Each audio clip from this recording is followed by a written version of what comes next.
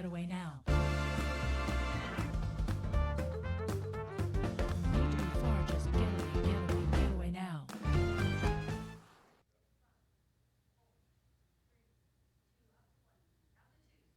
Hi, this is the premiere episode of Getaway Girl. I'm Regina Ayars, and I am the Getaway Girl. Although I'm certainly not a girl, when I travel, I do take on a different persona of myself. Lighter, freer, more willing to be spontaneous, and able to just go with the flow. I plan, but when the plan has to change, I can do it with less heartburn and a sense that it will all work out. So during the next 30 minutes, come with me and see how traveling can open up new vistas for you. On this show, which is part one of two parts, we're going to travel to France, Spain, Portugal, and we're going to be walking the Camino de Santiago, or the Way of St. James. My sister and I, and you're going to see more of her later, and I walked a very short distance of the Camino de Santiago in Spain in May of this year, 2017. It was more of a lark, a side trip between Barcelona to see the architecture and designs of the infamous Gaudi. And I have to linger over Gaudi because besides Frank Lloyd Wright, he is my favorite architect. I have been to Barcelona twice, but I could spend another entire week just visiting Gaudi's works. I haven't gotten enough yet, if ever. The city is full of his apartments and office buildings, private residences, parks, and much more. The simple design in the studio, the simple design in the ceiling of this apartment building that he designed, I bought in a museum gift shop. The best jewelry I own came from museum gift shops. They're expensive, but the quality is the highest. As I said before, we started in Barcelona and ended up in Bilbao, Spain. I always wanted to see the famous Guggenheim Museum, designed by Frank Gehry. The museum includes fine works of art, but the work of art that is the most important is the building itself. I was not disappointed. After these two side trips, we can now begin the walk of the way. Although you will be hearing from travelers who took other routes, my sister and I took the most popular route, the Francais. There are 8 routes listed here, but I've been told there are upwards of 13 and probably more. The entire route from Saint-Jean-Pied-de-Port, France, to Santiago Compostela, Spain, is more than 500 miles, or more precisely 490. My sister and I only traveled a very, very small section, only 51 miles from Pamplona to Logroño. This is the Bible written by Serge Ramos for traveling the Francais route, which begins in the French Pyrenees and ends at Santiago de Compostela and the cathedral of the same name at the end of the way. Although many travel to the Atlantic Ocean and visit Cape Finisterre, this was believed to be the end of the world. At the time, the flat world. There is a long history behind the walking of the way, beginning in the 9th century, which is covered in detail in the beginning of the guide. I am not going to talk about the history other than to say that the way originated as a religious pilgrimage, and even today many walk the way seeking a personal transformation and connection to their own spirituality. It no longer needs to be religious, but it can be a time of introspection and personal discovery. In the last 15 years, most Americans who decide to walk the way take the time to watch the movie released in 2010 called The Way, with Martin Sheen, who makes the pilgrimage for his deceased son, or at least that is what he thinks in the beginning. In part 2, I will mention a documentary that I highly recommend.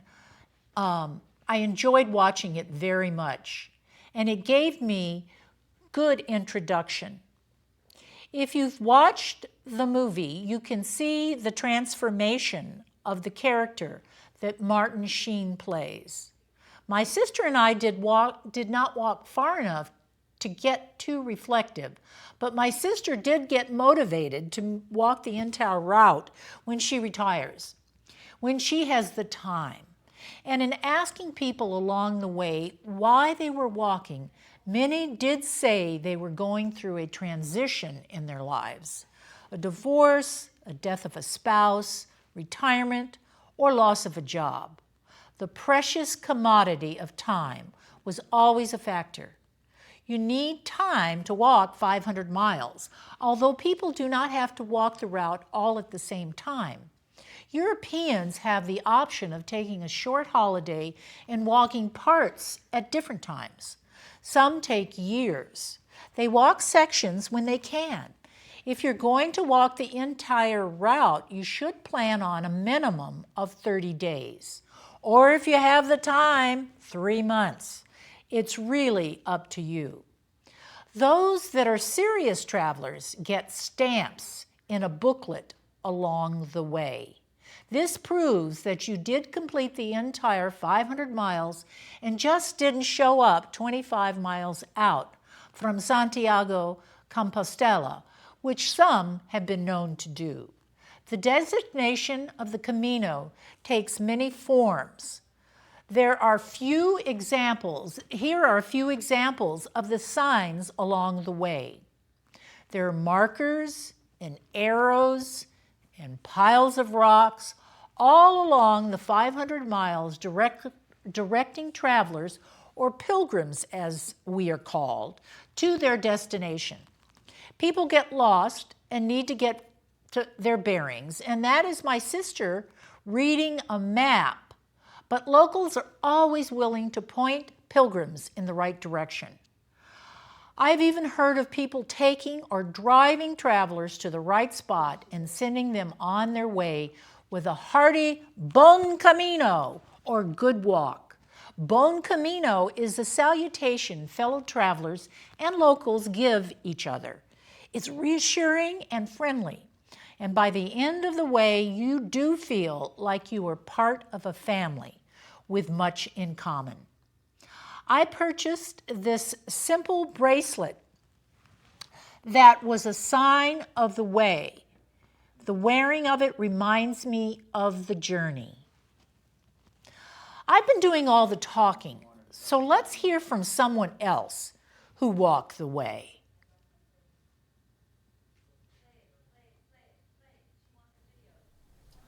Why don't you tell us your name? My name is Marilyn Bailey. And before we start our talk about your walk on the way, I'm going to ask you if you broke your ankle on the trip.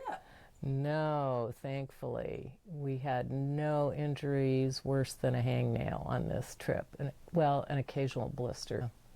Well, why don't you tell us, how did you prepare for your trip? Well, my friends that I went with, June and Marilyn, and I had been hiking together for several years, and Marilyn and I ran together for years before that. I don't know, we got to talking about it maybe even a couple of years ago, and then over a year ago, got really serious about it, and just really tried to work to lengthen our hikes, make our hikes more demanding, work with getting our equipment together, tried to train with our packs, and just get as many miles in as we could. We knew a fair number of people who had been, and they advised us on how we should prepare. So we tried to do that. Did you feel prepared? Yes and no. I don't think any of the three of us ever really figured out how to pack properly and adjust our backpacks. They were, we never made friends with them, is what we kept saying. So we wound up shipping our packs between our overnight stays, and we took little day packs with us because we knew that might be a possibility. So we had day packs, and we shipped our packs in between our hotels, and that was great. So the backpack thing could have gone better if we were maybe more experienced backpackers, maybe had better advice on adjusting our packs, but that was a problem. And we also underestimated how hilly, how mountainous the two trails were that we chose. And in retrospect, there was a lot more and harder hill training we could have done. But it was okay. We were in better shape than a lot of people there. So how did you decide on the particular routes that you went on? We, the three of us talked about it a lot. We talked to different people. We got a lot of input. We'd seen the movie, The Way, and we'd read some about it. But we started out talking about doing the Camino Frances, which is the one everybody's heard about. It's about 500 miles. But we got that it's so crowded these days, and we were really sort of interested in doing something that maybe wasn't as well traveled. And some friends had been on both of these routes we ultimately chose, plus another one. And there are many Camino routes. I think there's 13 different ones at this point.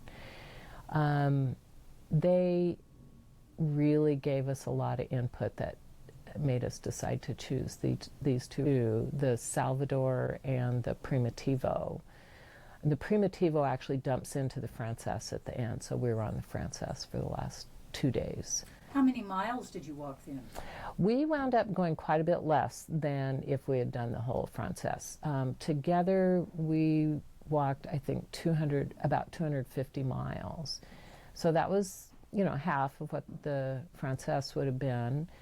And then kind of tagging on to the very end of our trip, after we had arrived in Santiago, Marilyn and I had another day's hike that was supposed to have been 18, but turned out to be about 24 or 25 because we got lost. Did you go to the ocean? We did. Yeah. We did.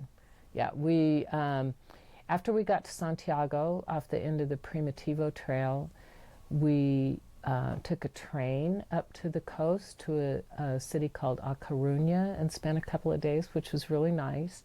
Then we rented a car and drove to a little village called Muxía on the coast, which I think all three of us would agree was our favorite spot. It was very, very cool. So what would be the highlight of your trip? In terms of hiking, we were really happy with these two routes. The Salvador is very remote, very few people. We were on the Salvador 5 days and we saw 6 other hikers in 5 days. And that had incredibly beautiful scenery, just kind of Alps-like scenery. It was really gorgeous. We loved that. We liked the Primitivo. It had great scenery as well. And more people, and that was fun. I didn't want to not meet people, but compared to the Frances, even that was pretty light on traffic. But, we got to know some different people and met different people.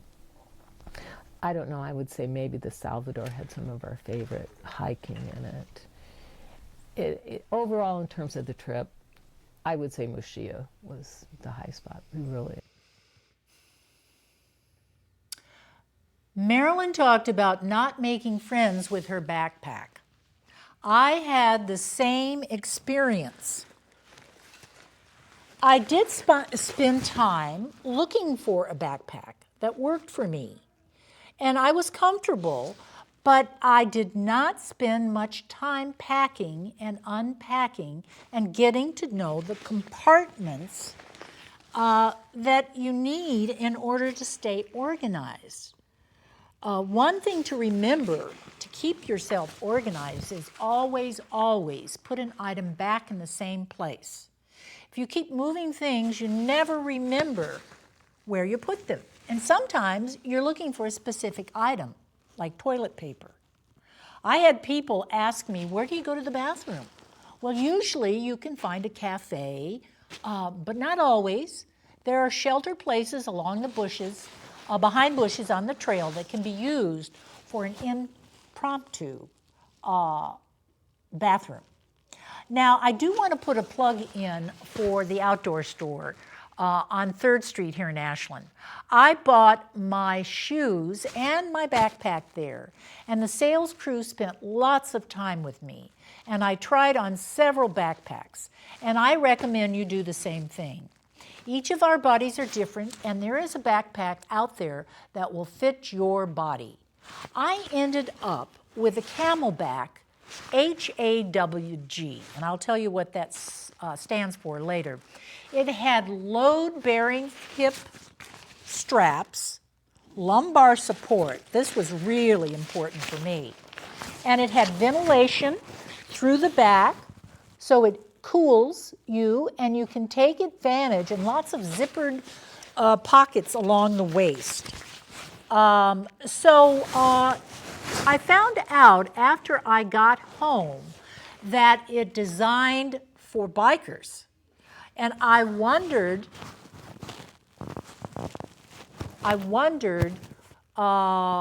because it fit, and it had I bought it because it had a built-in water supply that I thought I wanted, but I ended up not wanting it later.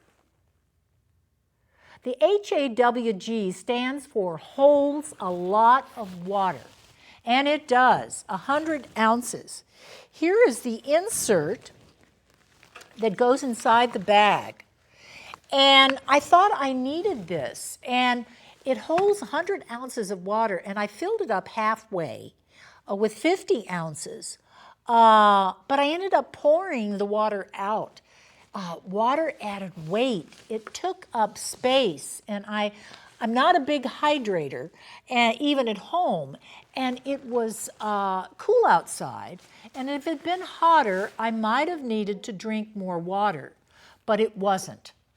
Next time, I would remove the reservoir because there are lots of fountains along the way. Now, maybe another section of the Camino are more rural and do not have as many fountains, but I think I would take my chances. Remember, water is heavy, and even though you will be carrying a water bottle, it weighs less. Okay, so that's enough on backpacks and water. I want to let's hear from another traveler. Why don't we start by you giving me your name? Okay, my name's Kathy Utoff, and I don't know if you want to know, I'm 75, and when I first did the Camino, I was 74. And I just thought, my husband had passed away and I wanted some kind of adventure.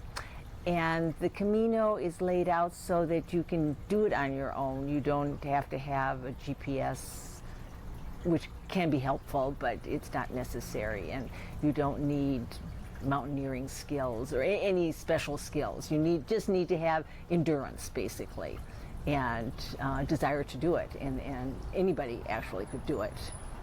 Did you take anybody with you? Do you have any companions? Actually, I was going to do it alone, and then my daughter decided that she would like to go for the first part, and my granddaughter. I started with St. John de Piedport, which is on the French side, but that first day you cross over. That's maybe the most well-traveled of the routes. It is. In fact, the little town of St. John Piedport is overflowing. In France, we flew to Lyon and then had to take a train to Le Puy. Were you with your daughter? My daughter and my grandson. So this time, grandson. yes. So my grandson had turned 10 and it was his turn to go. So which route did you prefer? What was your best route? Well, I actually only spent 2 weeks on the French route.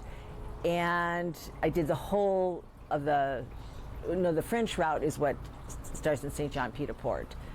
I'm not sure what they call the Le Puy route, but I only spent 2 weeks on that. So I can't quite compare it. Did you walk the whole thing? From St. John Pied de Port to Santiago, I did. Yeah, Okay. it's about 500 miles. Yes. That sounds like a lot of miles to me. You know, it is a lot, and halfway through, I sort of looked at the map and I thought, wow. You know, but when you take just piece by piece, you know, it's certainly doable, and you just have to take enough time. Right. You don't want to be in a hurry. Well, is there a highlight that you might point out of your travels?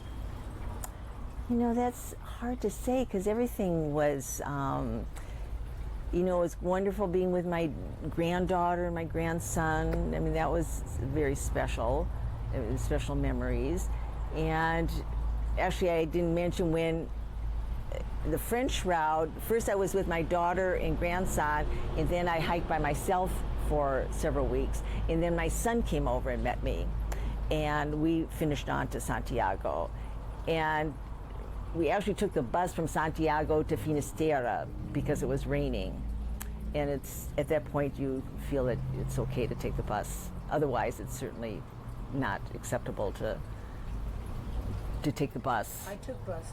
Did you? Anyhow, we felt, you know, that we should always walk. But anyhow, then we went to Finisterre, and that was really special.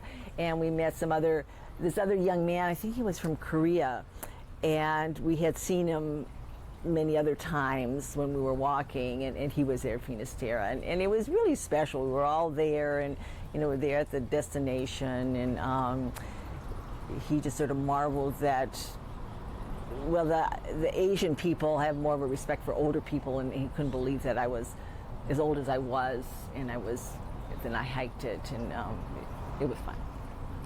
Yeah. Well, thank you very much, Kathy. I appreciate your time. You're welcome.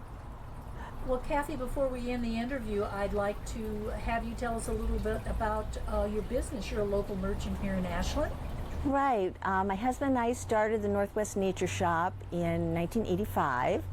So 32 years ago, and it was a little bit of a struggle, well, quite a bit of a struggle at first, the first year or two to make ends meet. I sort of wished we had a paycheck coming in, which we didn't, but it has been fun, and we've had wonderful customers, and now my husband's passed away, but my son and my daughter work here, and hopefully it'll stay a local business for years to come. Great. Thank you very much. Okay, thanks. I want to acknowledge that Kathy and her husband opened the Northwest Nature Shop here in Ashland in 1985. Kathy's husband, Mike, is deceased, and her 2 children now manage the store. It's a wonderful store designed for both children and adults. I've got many children's items there. They are educational and well made. I most recently got my Eclipse glasses there. The store is a real asset to our community. As Kathy pointed out, walking the way can be a family affair. She went with her children and grandchildren. I went with my sister, and we met many parent-child walkers, mothers and daughters and fathers and sons. And we met all nationalities: Italian, New Zealand, German, French, Brazilian, Spanish, British, and of course, Americans. We met a young Hungarian guy our first day out of Pamplona. That is one of the many highlights of walking the Camino: the languages, the customs, the cultures you encounter. Our first day out, when we first arrived at our first destination, Puente la Reina, we were entertained by a crowd of singers. They started inside and moved out and down the street. Let's take a listen.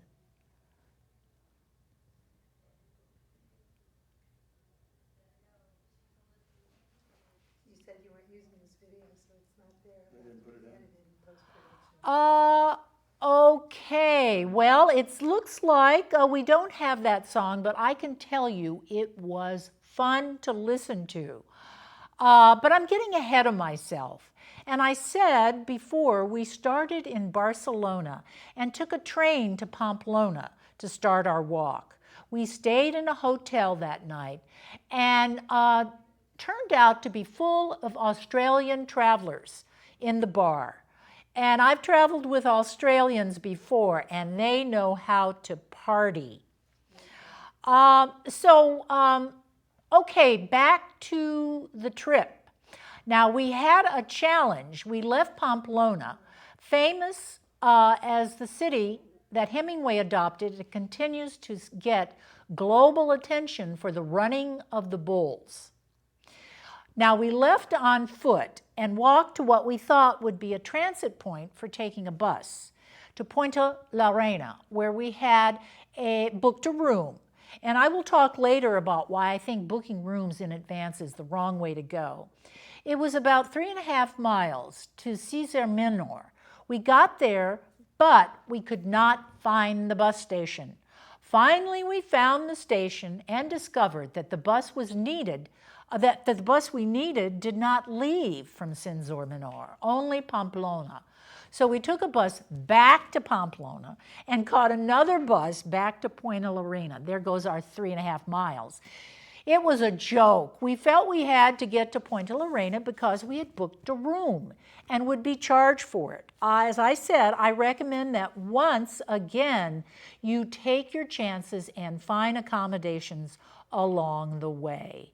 There are plenty of hotels and auberges, and the locals call them hostels, at least along the section we traveled. Again, on more rural sections, there may be more hostels. So we started out in the morning and early in the day. This is a dormitory, and the Francais route is the most popular, so you need to get there early, start out early in the morning, and book early in the afternoon. One night we stayed at a hostel that was the most fun we ever had. And I didn't want to walk any further. And so I said, let's stay here. So that was the farthest we had walked, which was, I believe, 12 miles at the time. We decided that whatever we had to pay to cancel the room was okay for us. And after you've left your shoes at the bottom of the stairs, you take a shower, wash your clothes, and have a glass of wine and chat with your fellow travelers. It's family style and filling. We slept in a small room with 3 other women, all Americans, ranging in age from 19 to 25. They were traveling alone. Well, I think we've come to the end of our time for part 1 of Getaway Girl and traveling the Camino to Santiago. I hope you can stay tuned for part 2 and learn more about why traveling takes you outside of yourself and into other places that can open you to new people, new experiences, and new inspiration. Bon Camino! I want to thank our outstanding crew, Wanda Borland, Alex McGlasson, Bob Naron, Urban Kohler, Lynn, and JC, and especially John Letts. What I have learned so much from John and his shows, Ramping Up Your English and Adventures in Education. I also want to thank Rogue Valley Community TV and SOU for providing the Digital Media Center and for recording and broadcasting public access shows created by members of our community.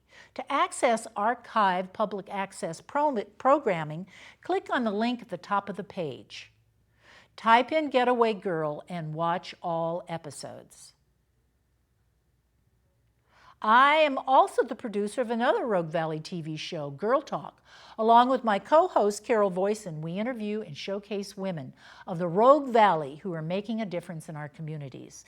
Check it out on channel 115 for Ashland Home Net and 182 for Charter on Thursdays at 6:30 p.m. or Saturdays at 3.